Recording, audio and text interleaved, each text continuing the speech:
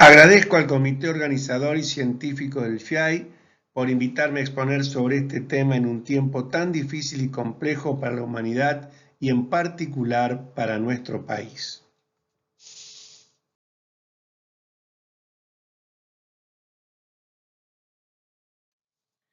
El 31 de diciembre del 2019 el mundo conoció desde un lugar desconocido para muchos, Wuhan, China, el SARS-CoV-2, el virus que causa el COVID-19.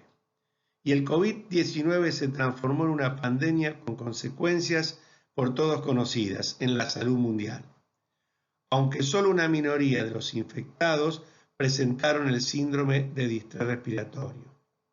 Pero esto provocó a nivel global 4.9 millones de fallecidos según la Universidad Johns Hopkins, y en nuestro país 115.000 personas dejaron de existir. De acuerdo a los estudios observacionales, aproximadamente el 20% de los pacientes infectados presentaron injuria miocárdica con una mayor mortalidad que aquellos que no la refirieron.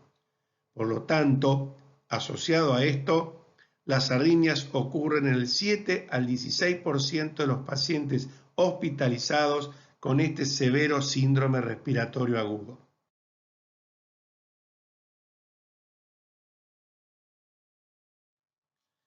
Actualmente tenemos poca información y muy limitadas acerca de las manifestaciones arrítmicas y de la muerte súbita relacionadas con el COVID. Datos provenientes de China, la incidencia global de arritmias en pacientes hospitalizados es del 17% y en los admitidos a UTI es del 44%, ocurriendo taquicardia ventricular o fibrilaciones ventriculares en el 7% de los casos. Aunque una asociación causal directa de muerte súbita y la COVID-19 no se ha demostrado fehacientemente, el análisis de los datos y registros actuales sugieren una posible asociación.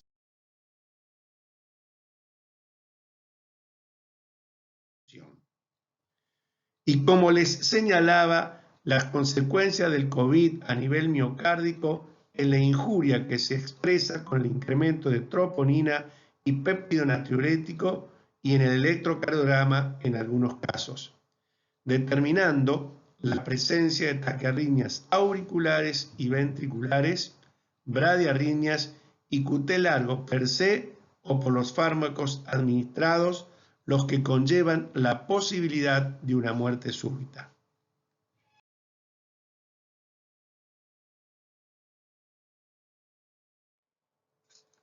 Y esta es la manifestación electrocardiográfica de una miocarditis, donde podemos observar los cambios en la repolarización en la cara anterior, con ondas T negativas, con un leve o mínimo supradenivel de DST en cara lateral, asociado a cambios en el complejo QRS compatible con repolarización precoz. Estas dos alteraciones podrían ser el sustrato de arritmias ventriculares malignas.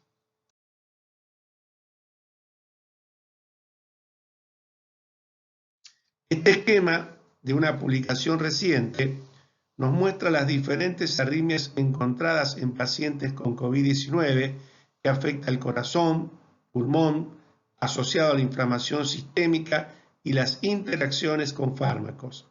Y como se puede observar, la taquicardia ventricular, fibrilación ventricular, torsión de punta y actividad eléctrica sin pulso son manifestaciones arrítmicas graves que ocasionan la mortalidad en esta población.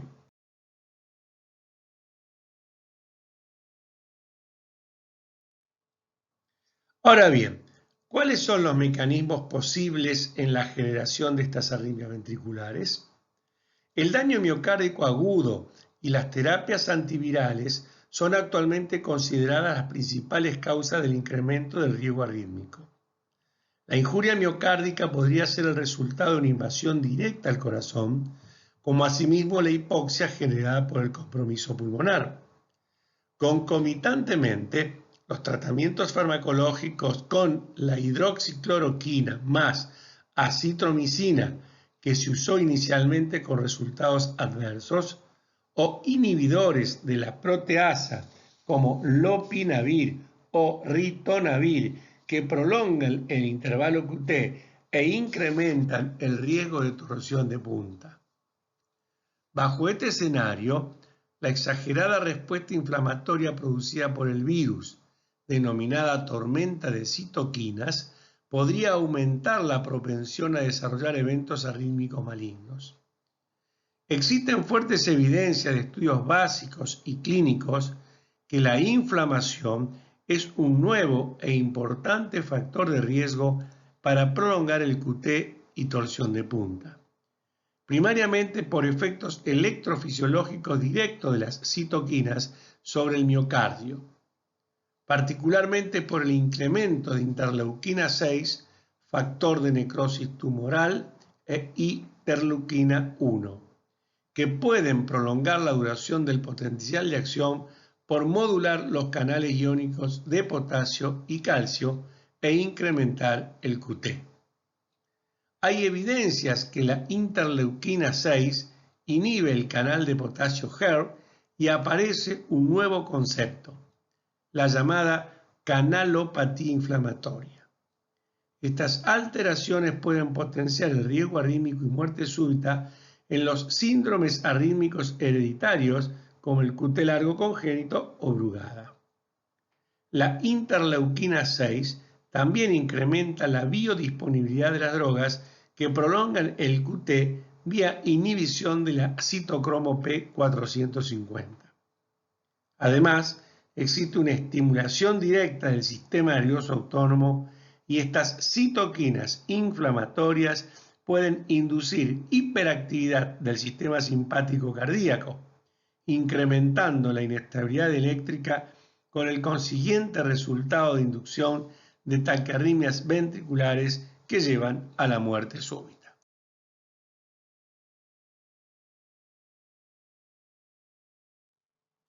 Este caso es un claro ejemplo de un QT largo por probable canalopatía inflamatoria. Este paciente no presentaba miocarditis ni se le administraba fármacos que pudieran alterar la repolarización ventricular.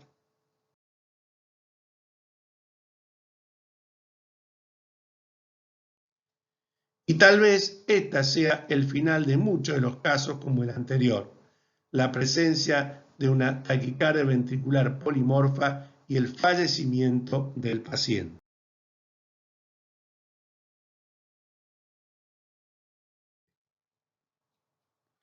Este es un trabajo de reciente publicación donde los autores correlacionaron al QT corregido con la severidad de la enfermedad. Como podemos observar en el primer grupo de barras, el valor del QT entre los tratados y dados de alta comparado con el internado.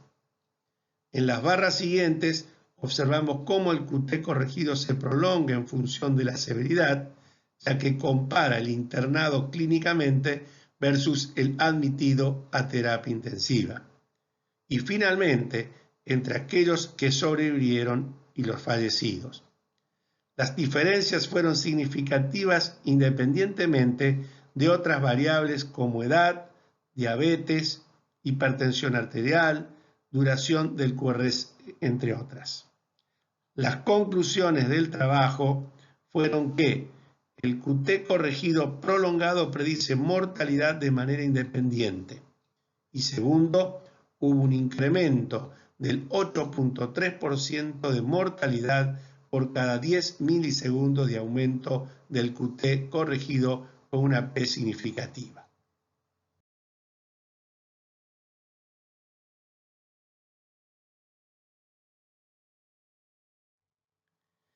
Este es un trabajo realizado en Filadelfia, donde los autores evaluaron a 700 pacientes con COVID-19 positivos, de los cuales 79 pacientes fueron internados en UTI, todos con alta prevalencia de enfermedad cardiovascular y con una mortalidad del 23%, mientras que el resto de los pacientes que no fueron admitidos a UTI, la misma fue del 2%. De los admitidos a UTI, que fue el 11% de la población total, hubo 9 eventos de paro cardíaco, 14 fibrilaciones auriculares, 5 bradiarritmias y 6 taquicardias ventriculares no sostenidas. Por lo que hubo en estos pacientes un incremento de 10 veces del riesgo arrítmico y el paro cardíaco se asoció a mortalidad hospitalaria, por lo que demuestran que la severidad de la enfermedad es un marcador independiente de paro cardíaco.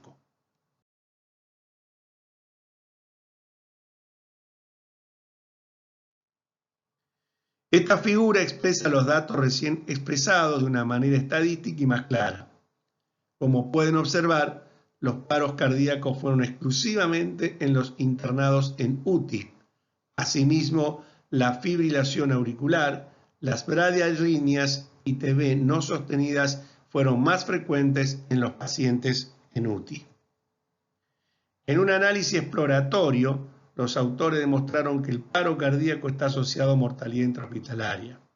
Además, la fibrilación auricular estuvo asociada con mortalidad también intrahospitalaria, pero no fue significante después de un análisis multivariable. Y ninguna asociación con mortalidad fue observada para las bradiarritmias y taquicardias ventriculares no sostenidas.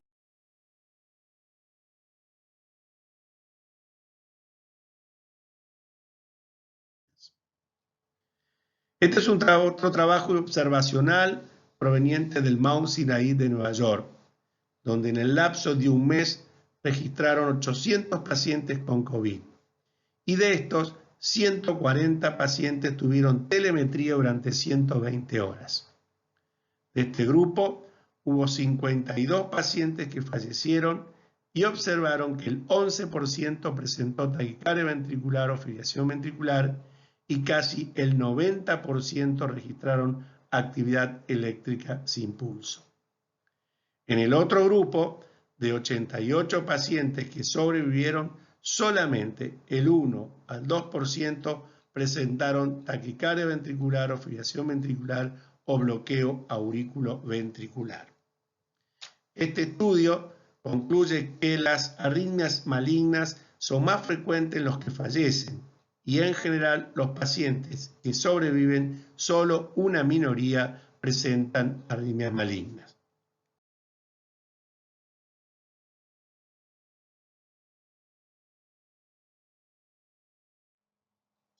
Ante la incertidumbre de qué ocurría con los trastornos del ritmo cardíaco, la Heart Rhythm Society realizó una encuesta mundial entre los electrofisiólogos y profesionales asociados. Un total de 1.197 profesionales completaron la encuesta, donde el 50% eran de Estados Unidos y el otro 50% del resto del mundo, representado por 76 países y los 6 continentes.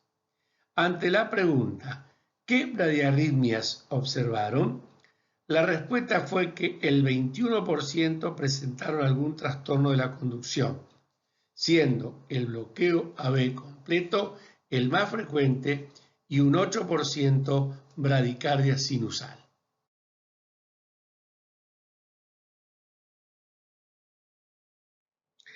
Y ante la pregunta, ¿qué taquiarritmias evidenciaron? La encuesta señaló que hubo 26.4% de fibrilación auricular, aleteo auricular, siendo la taquiarritmia supraventricular más frecuente. En el 3.8%, taquicardias ventriculares monomorfas sostenidas, 3.5% taquicardias ventriculares polimorfas, 4.8% taquicardia ventricular o fibrilación ventricular y la actividad eléctrica sin pulso fue del 5.6%. Toda esta evidencia apunta a una asociación de aumento de la mortalidad y muerte súbita con la infección por COVID. Por lo tanto, esta encuesta muestra que la COVID-19 predispone a arritmias benignas como así también malignas, y también la necesidad de estudios prospectivos para definir mejor las manifestaciones arrítmicas y sus posibles tratamientos.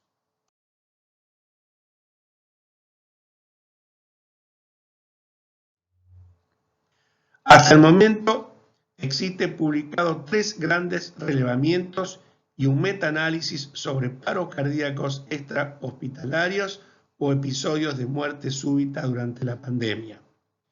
Ellos son los de Nueva York, de la región de Lombardía, Italia, y de París. Estos estudios compararon la cantidad de paros cardíacos durante el 2019 y en la misma fecha en el 2020.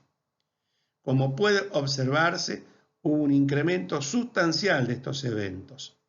En Nueva York pasó de 15.9 paros cardíacos a 47.5 por 100.000 habitantes.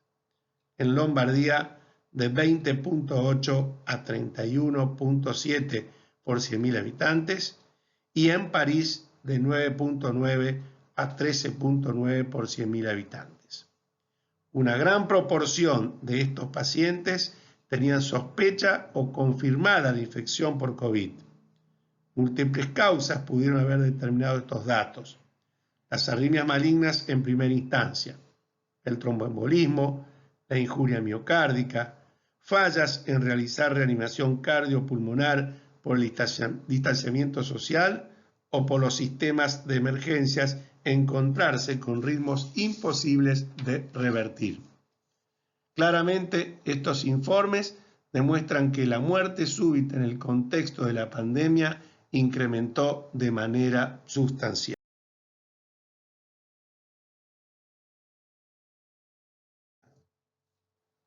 Como conclusiones de esta disertación, puedo decir que las arritmias cardíacas, particularmente las malignas, son más frecuentes en los pacientes en un estado crítico. Estas arritmias malignas no resultan solamente de un efecto viral directo, sino también por alteraciones inflamatorias sistémicas que alteran la electrofisiología cardíaca, determinando las canalopatías inflamatorias, asociado a las interacciones con fármacos que prolongan el intervalo QT y la inducción de torsión de punta. Que con los escasos datos disponibles se puede asumir que la incidencia de muerte súbita a nivel global se incrementó. Y por último, el riesgo arrítmico exacto relacionado con la muerte súbita en pacientes recuperados de la COVID todavía es desconocido. Muchas gracias.